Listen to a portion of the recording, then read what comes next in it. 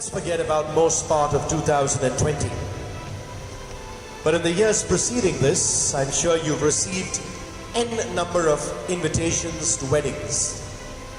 Now look at it from this point of view, my dear brothers and sisters. Gone are the days when first of all, anyone and everyone was invited to a wedding.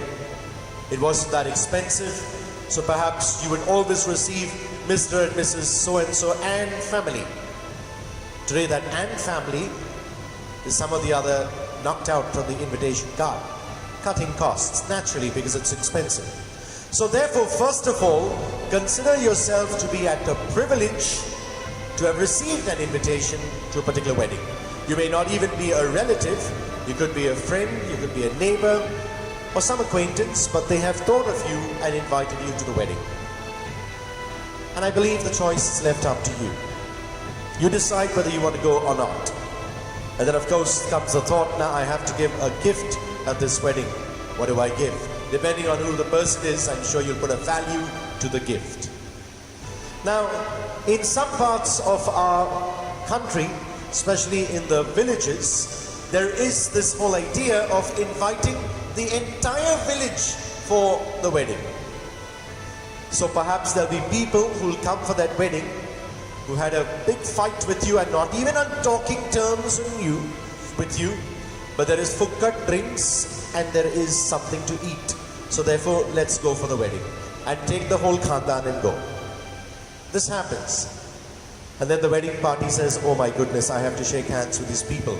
But they may not even come to shake hands with you. Now, when we go for one of our Catholic weddings, sometimes we admire the decor of the place. If we're lucky, we might get a live band, or today we'll have a good DJ playing some music. There'll be good food, a good caterer perhaps. We're looking at the ambience, we're looking at the setting, and accordingly we decide how good or bad that wedding really was. Now comes the interesting part. Jesus, the bridegroom married to the church, is throwing that invitation to each one of us. Come to the banquet that I have prepared. It's the greatest wedding feast ever held. Perhaps you'll have the best band in attendance. Now, I'm not asking you to think of musicians who've gone before us already, but there'll be great music. I'm sure a number of people playing the harps out there, if you know what heaven is like. There'll be the best decorator who's been invited to already do the setup. And more than anything else, food that is out of this world, and literally out of this world. What more could you ask for? And here's the bridegroom himself, waiting to welcome you. And I believe the choice is ours, my dear brothers and sisters. This invitation, as we hear in today's gospel, is given to all. Some will reject it. Bad luck for them. Now, among the second lot who have invited, everyone will come. But there is a condition attached. You must be wearing the wedding garment. Because if Jesus notices that you've come up there without the wedding garment, in all likelihood you'll be asked to leave. What an embarrassment. So what is this wedding garment that we need to wear? Nothing else but a life filled with honesty, justice, equality, fairness, a heart that is compassionate and forgiving, loving and kind. And the list can go on with all the positive attributes and adjectives.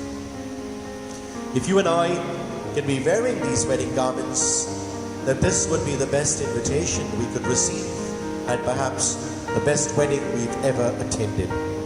But I believe, my dear brothers and sisters, that invitation is lying there on our dressing tables.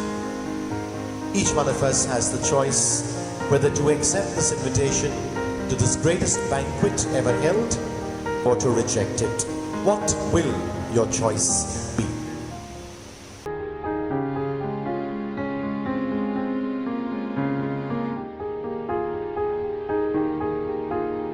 God bless, and do have a Jesus-filled day.